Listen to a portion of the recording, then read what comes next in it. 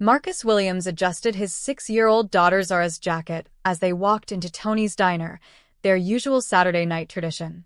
The warm glow of the restaurant's vintage lighting welcomed them, and the familiar scent of fresh bread and grilled vegetables filled the air. Marcus had been looking forward to this dinner all week. It was their special time together after a long week of work at his construction company and Zara's busy schedule at school.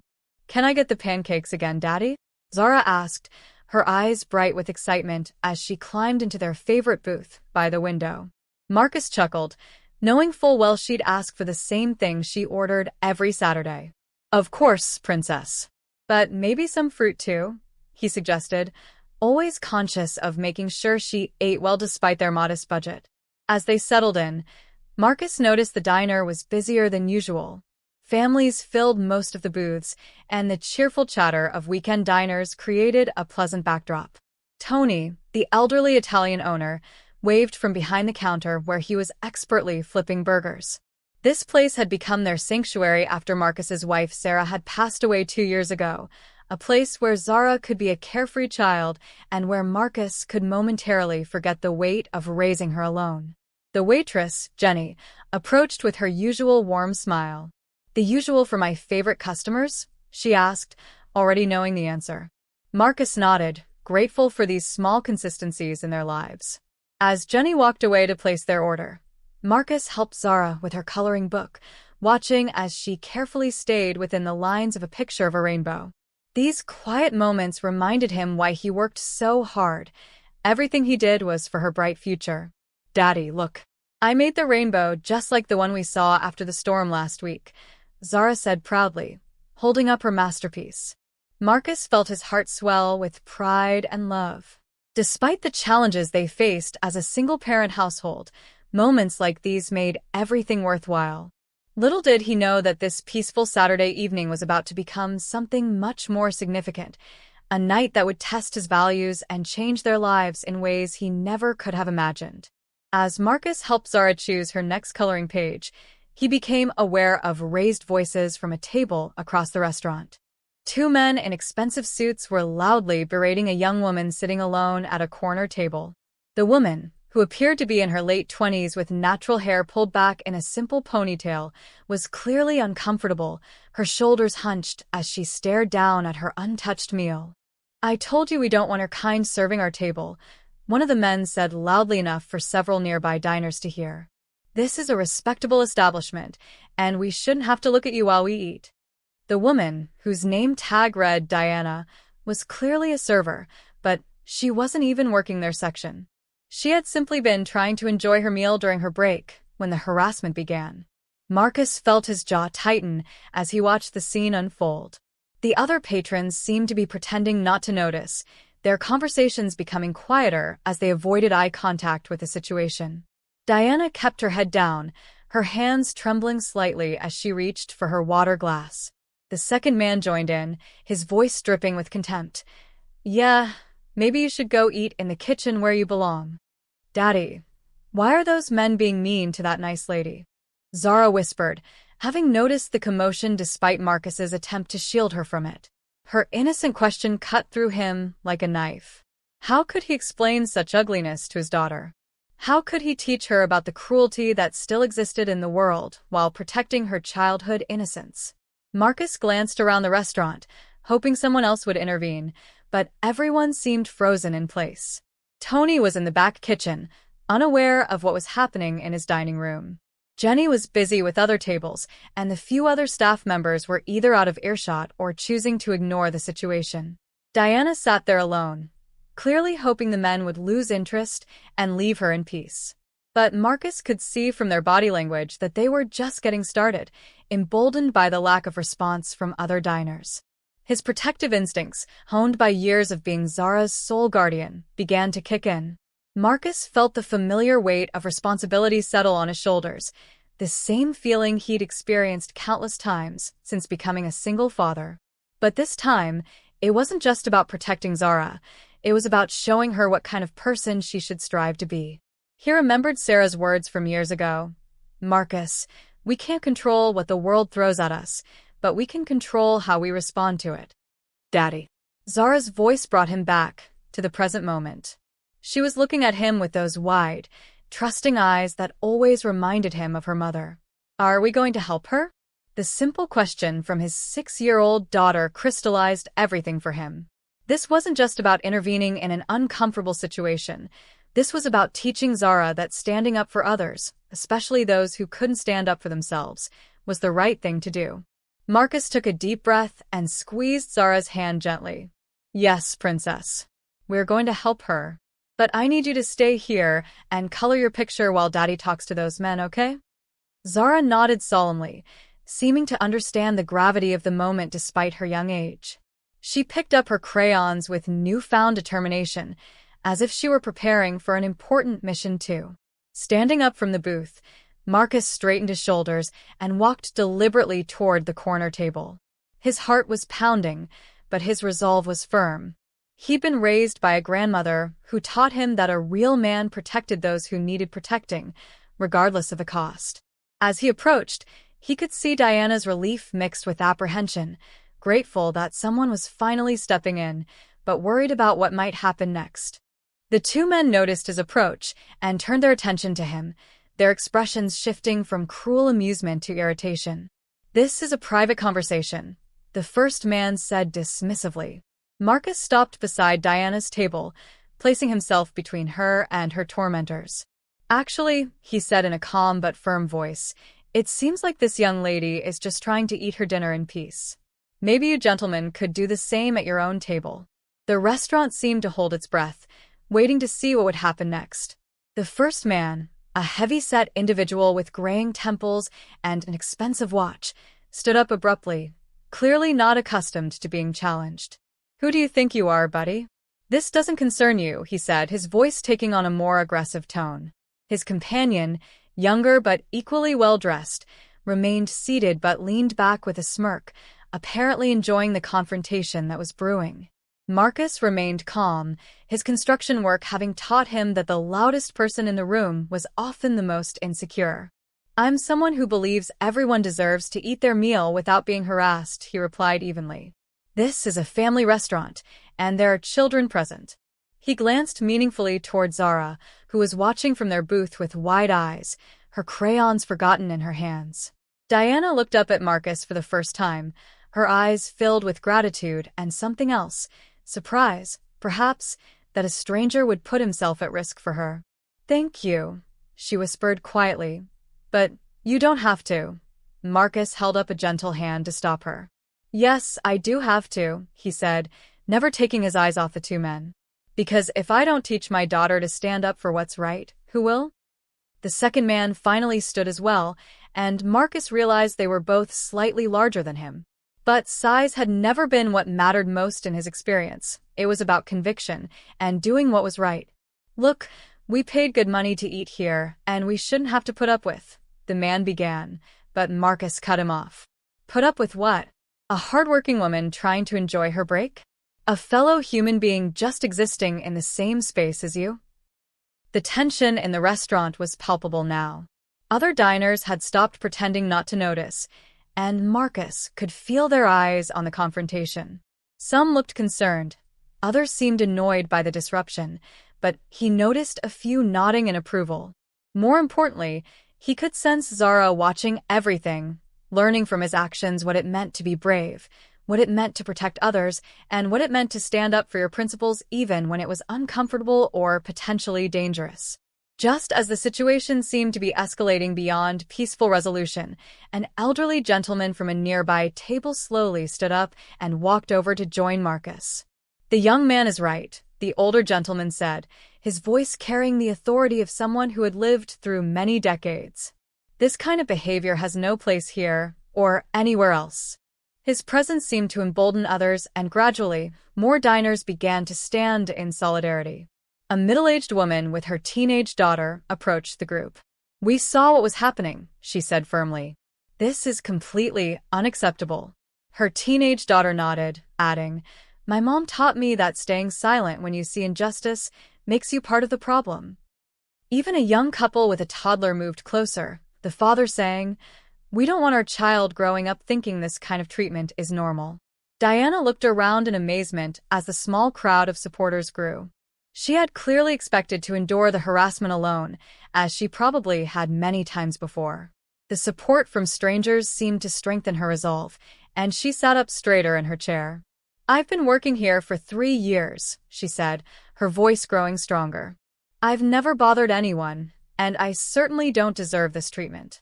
The two harassers found themselves increasingly isolated as more restaurant patrons joined the impromptu coalition.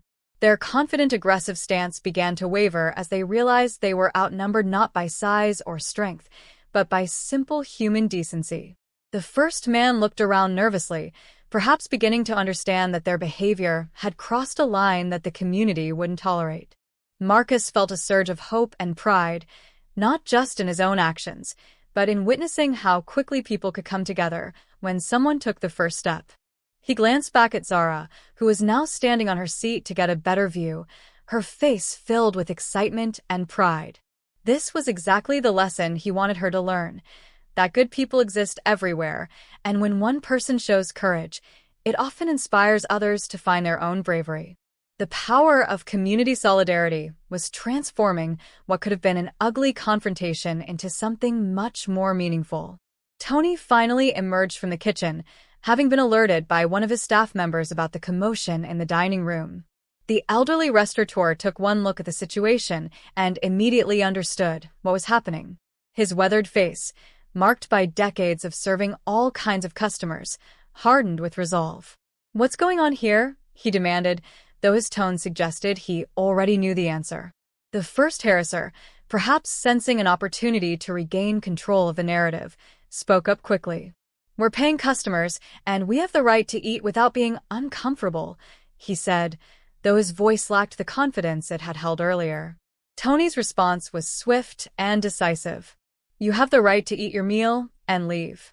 You don't have the right to harass my employees or any other customers in my establishment." Diana stood up slowly, her dignity intact despite the ordeal she'd just endured. "Mr. Tony, I was just trying to eat my dinner during my break. I didn't do anything to provoke this." Tony nodded, placing a protective hand on her shoulder. "Diana is one of my best employees and has been nothing but professional and kind to everyone who walks through that door. If you can't treat her with basic respect, then you're not welcome here." The second man tried a different approach, pulling out his wallet. "Look, we're sorry if there was a misunderstanding. We're willing to pay extra for any inconvenience." But Tony shook his head firmly. "This isn't about money. This is about human decency. I've been running this restaurant for 35 years, and I've never allowed anyone to be treated this way under my roof." Marcus watched as the two men realized their position was completely untenable. The entire restaurant was now watching them, and their attempts to justify or minimize their behavior had failed completely. More importantly, Marcus saw Zara climbing down from her seat and walking over to Diana's table. With the innocent boldness that only children possess, she looked up at Diana and said, "I'm sorry those mean men were rude to you. My daddy says everyone deserves to be treated nice." Diana's eyes filled with tears as she knelt down to Zara's level, clearly moved by the child's simple but profound gesture of kindness. The two harassers, faced with unanimous disapproval and Tony's clear ultimatum, finally gathered their belongings and headed for the exit. But their departure wasn't quiet or graceful. "This is ridiculous," the first man muttered loudly. "We'll never come back here again." Tony's response was immediate and clear. "Good. That's exactly what I was hoping for." The door chimed harshly as they left, and the entire restaurant seemed to exhale collectively. As the tension dissipated, the crowd of supporters began to disperse, returning to their tables with quiet satisfaction. But many stopped to speak with Diana and Marcus, offering words of encouragement and support. The elderly gentleman who had been the first to stand up shook Marcus's hand firmly. "You did the right thing, son. Your daughter is lucky to have a father who shows her what courage looks like." Diana sat back down at her table, but she wasn't alone anymore. Zara had claimed the seat across from her and was showing her the rainbow she had colored earlier. "This is beautiful," Diana said, her voice still slightly shaky from the ordeal but warming as she focused on the child's artwork. "Did you know that rainbows come after storms? They remind us that beautiful things can happen even after difficult times." Marcus approached their impromptu gathering, feeling the weight of the evening's events settling in. He had acted on instinct, driven by his desire to protect and teach, but now he was beginning to understand the broader implications of what had just happened.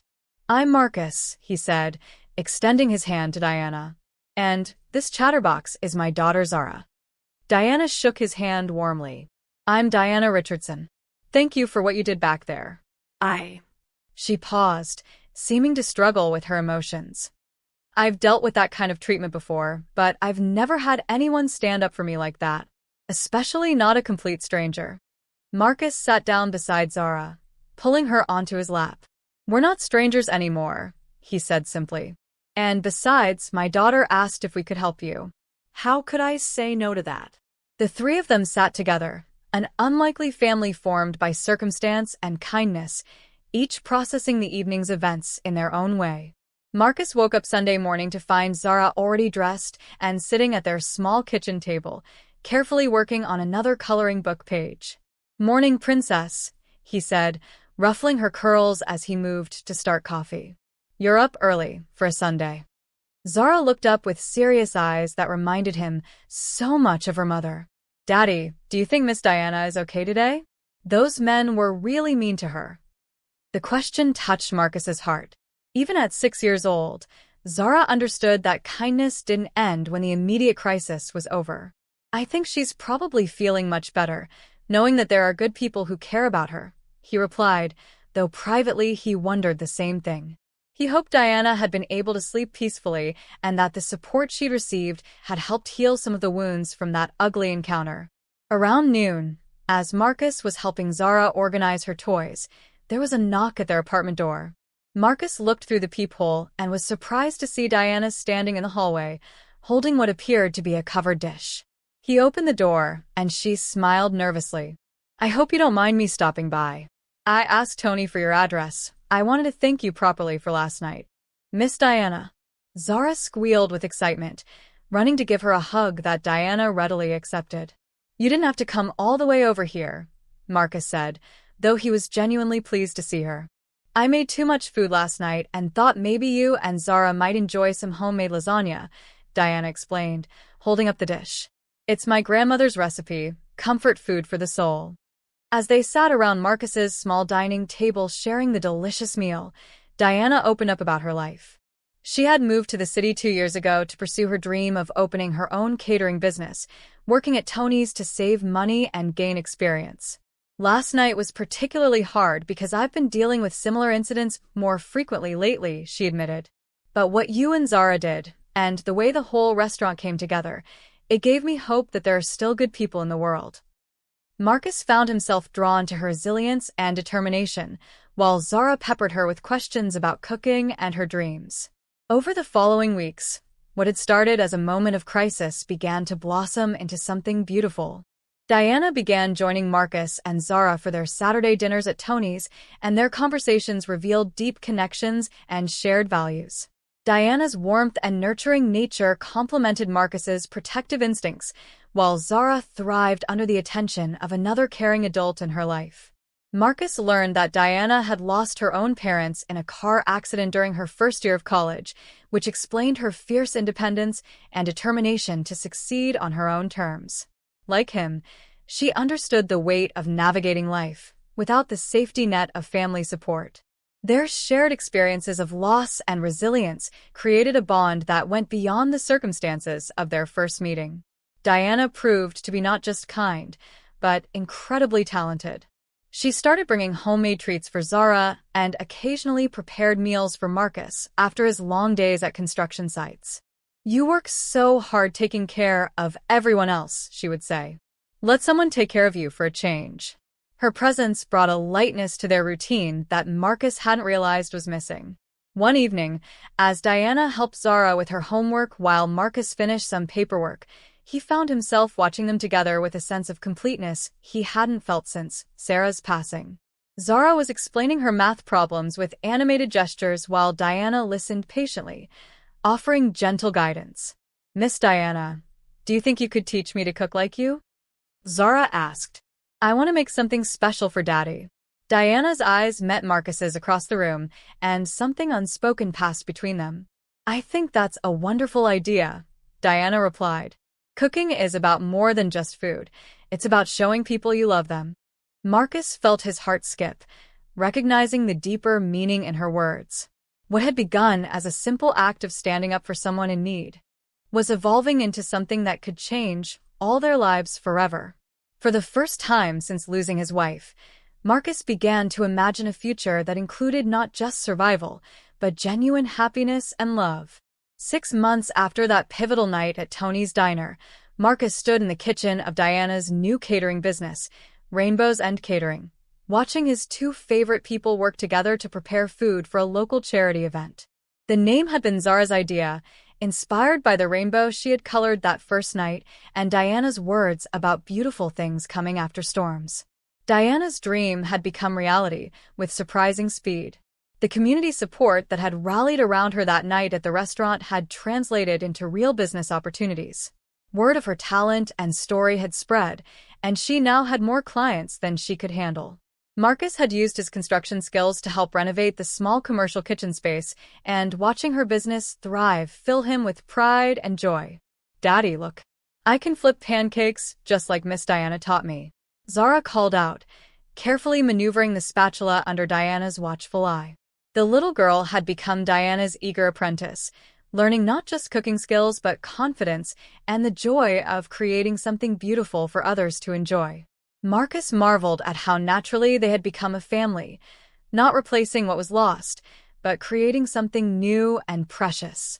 Tony had become an unofficial grandfather figure to Zara and had offered Diana a partnership in opening a second location of his diner. The community that had stood up together that night had remained connected, with many of the families becoming regular customers and friends. The elderly gentleman who had first joined Marcus turned out to be a retired teacher who now tutored Zara twice a week, refusing any payment and insisting it was his pleasure. As Marcus watched Diana patiently guide Zara through the steps of preparing their signature rainbow layer cake for the charity event, he reflected on how one moment of choosing courage over comfort had transformed their lives. The harassment that night had been meant to diminish and isolate, but instead, it had created connections and community that continued to strengthen with each passing day. "What are you thinking about so seriously over there?" Diana asked, noticing his contemplative expression as she and Zara put the finishing touches on their culinary creation. Marcus walked over and wrapped his arms around both of them, feeling overwhelmed with gratitude for the unexpected family they had become. "I'm thinking about rainbows," he said, kissing the top of Zara's head and then Diana's cheek. "And how the most beautiful ones really do come after the biggest storms." Zara giggled and Diana smiled, both understanding that they had all found something precious in each other, a love built on shared values, mutual respect, and the courage to stand up for what's right, no matter the cost.